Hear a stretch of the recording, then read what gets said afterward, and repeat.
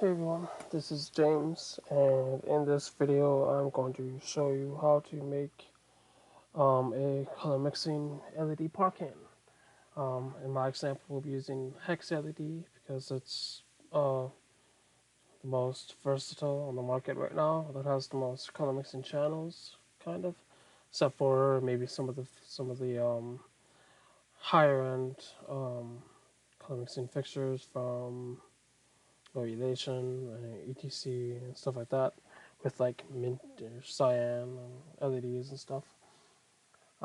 So let's just kind of get right into it. I'm gonna show you how to make a 6-in-1 color mixing par. If you don't have a 6-in-1 color mixing par, then you can literally just skip the channels that you don't have, and this will still be pretty relevant to you.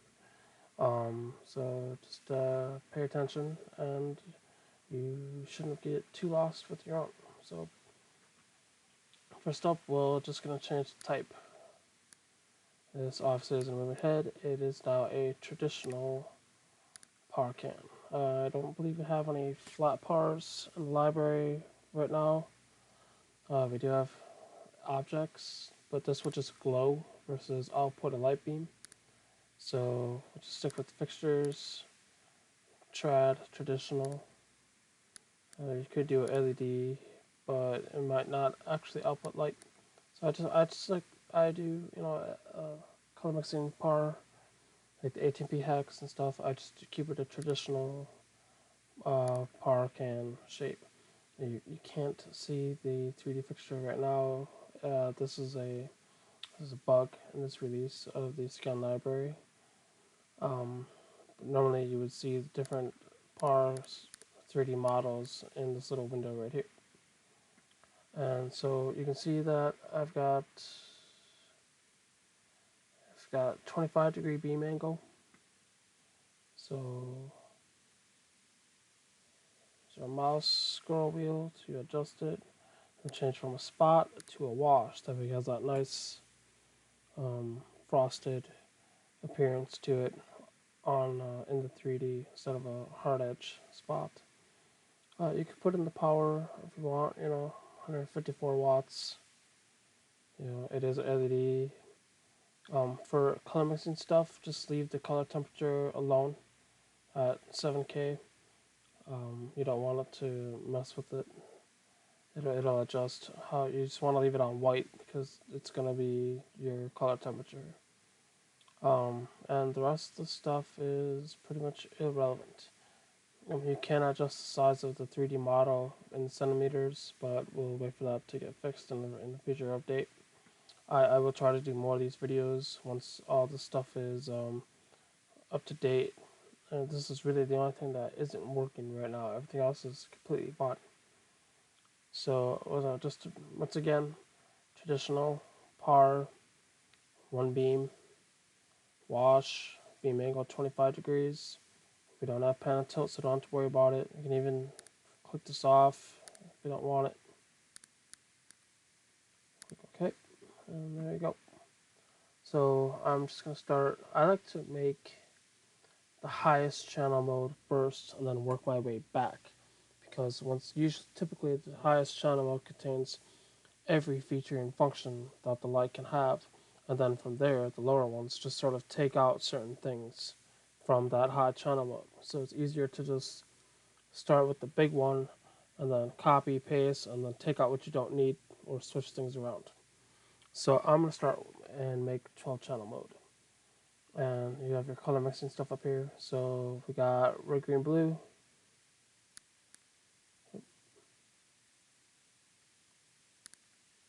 Red, green, blue. White, amber, UV. Now these all say extra color, so I'm just going to label it white, amber, and UV. So, but what's cool with these is for white, you can do properties, make it called white, or amber, right click, properties, go to amber, or UV, right click properties, and you want to do custom. It doesn't have UV built into it yet.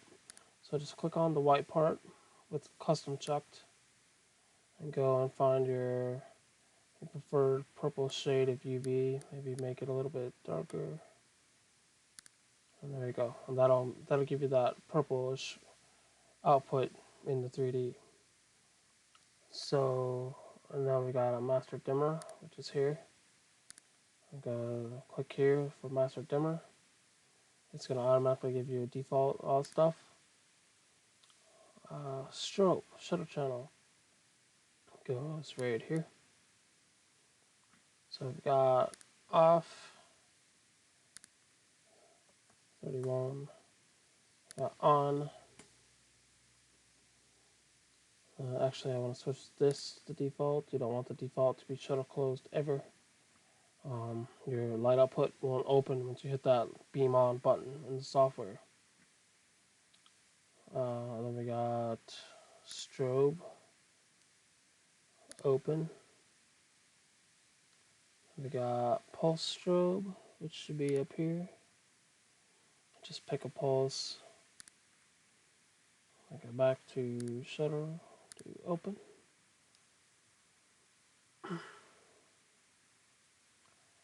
Got shutter flash or random strobe, and shutter on. You see how we just entered in that one set of values and the rest of it just picked it up automatically? That is one of the cool new things about this scan library editor. It picks out the pattern of the DMX presets, starting and finishing preset value, and will just kind of pop that into place. It's very cool, saves me a lot of time. Last thing is we have a color macro chart.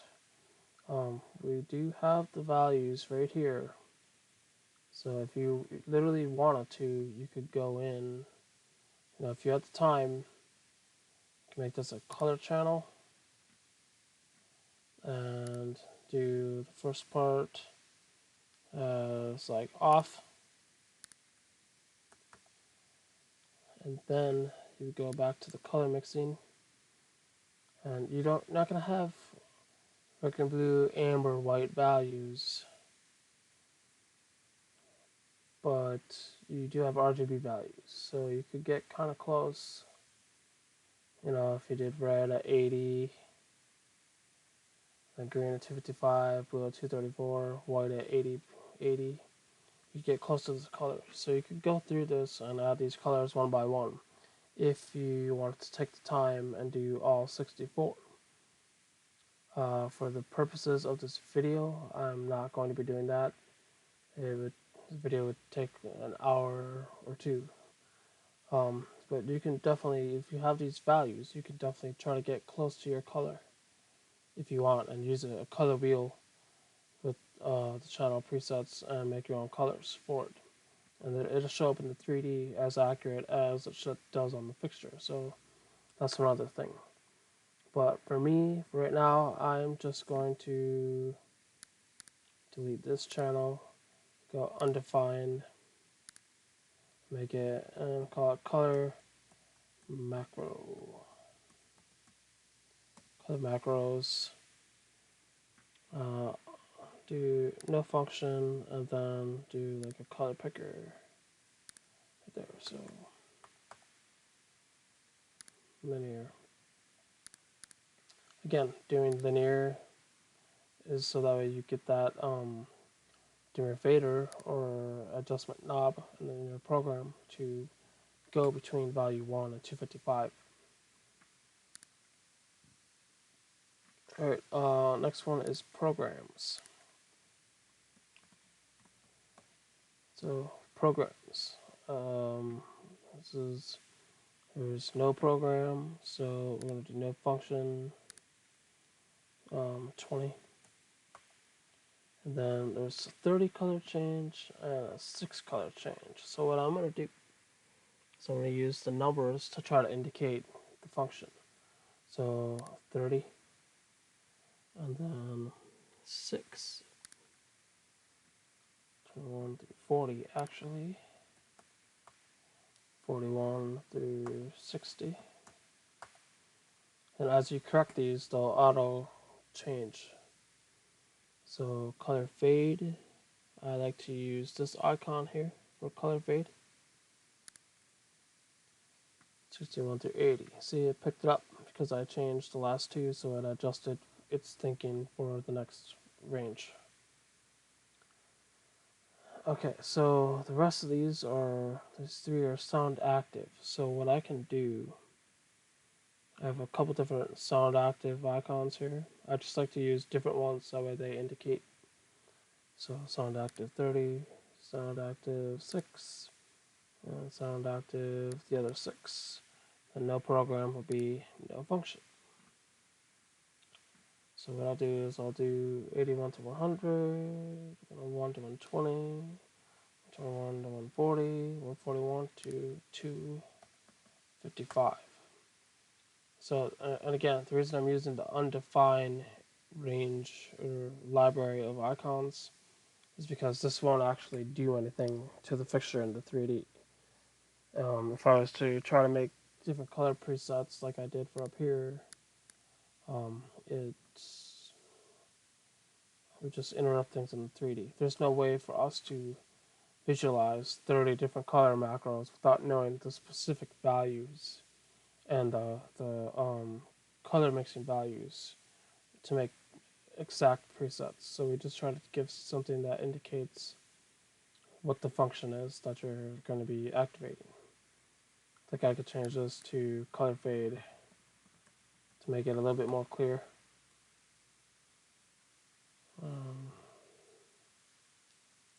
Change the name of these icons, that way it says, 30 colors, 6 colors, 6 color fade, etc. Alright, so now we have a speed channel for these programs, so we'll go to speed.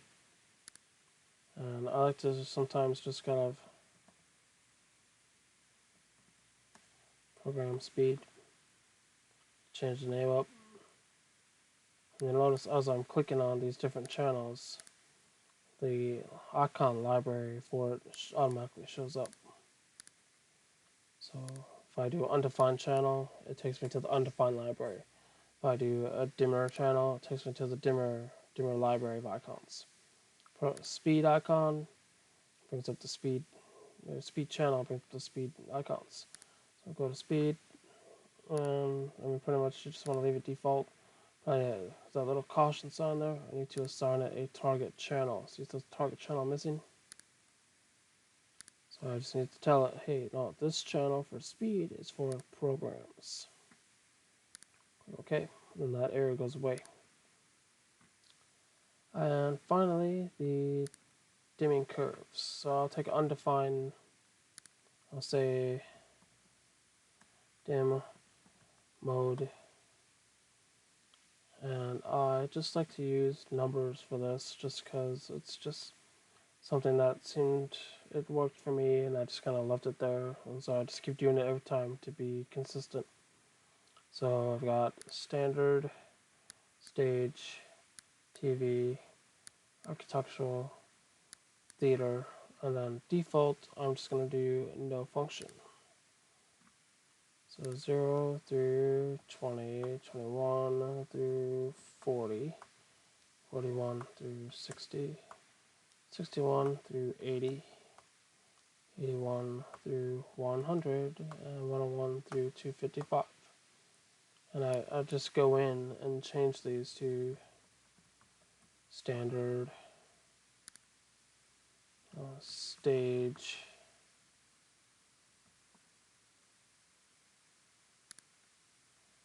TV, and so on and so forth. That way the name will reflect which one it is in the software. And so I don't have any errors or any warnings, so I can save this profile. So what I'm going to do is I'm just going to save this first. Go to save as, and I'll just label it 18p hex. You can save it wherever you want. I'm just going to stick it in the main library folder for now. And so, but I've got more channel modes. So what I'll do is I'll take first channel mode, copy, paste, and now I have two. And it will it makes active the one that you just pasted. So if your mouse can change the color of the square for that channel mode, that means it's not the one that's active. The one that is active is the one that isn't changing the color when you mouse over it. So, alright, so from 12 channel to 8 channel, I just have to delete I got dimmer shutter, I got to delete this channel, this channel, this channel, and that channel. And so now I've got my 12 channel, my 8 channel, and now I want to copy this channel mode, paste it, and make it the 7 channel mode. So we can bring RGB and dimmer. So go in here, delete the shutter, done. 12, 8, 7. Then I can copy this, paste, delete the dimmer, and we're done.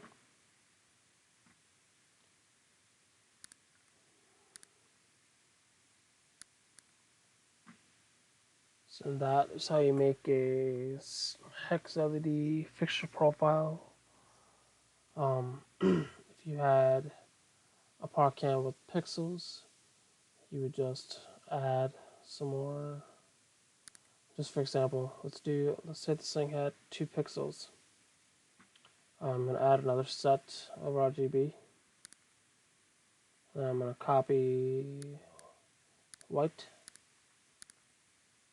copy the amber,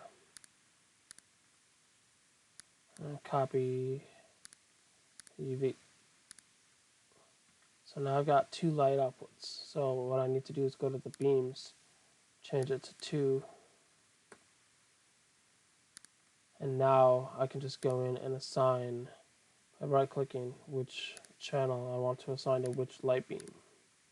So once I do red and I link it to light beam 2, green should automatically update, blue should automatically update. The only thing it won't update is because it's not really sure where white is supposed to go. So white has to be linked to 2, amber has to be linked to 2, and UV has to be linked to 2 as well. So now I've got a 2 pixel 6:1 par cam just by doing that. And then you can go in and add the rest of your channels like dimmer, shutter, color macros, and all that stuff. You can even, say you wanted to copy the shutter channel. Right click, copy, paste it, and there it goes. So this is kind of like the basics of how to make a color mixing LED par cam. If your par cam has zoom, add a zoom channel, go to zoom value range, go back to the type, maybe adjust the beam angle a little bit, then adjust your zoom range. So you want it to go from, say, maybe your par cam goes from like, 5 to 34 or 6 to 34. That'll do that. So just really super easy stuff. And once you're all done, if you see a little star, that little asterisk right there, it means you made a change, but it's not saved. So if I go to save, it goes away. Alright, I hope this helps you guys. And you can even expand this and see which beam goes to where. So what I forgot to do for this channel mode was this beam's going to all. I want it to go to 1. So light beam 1.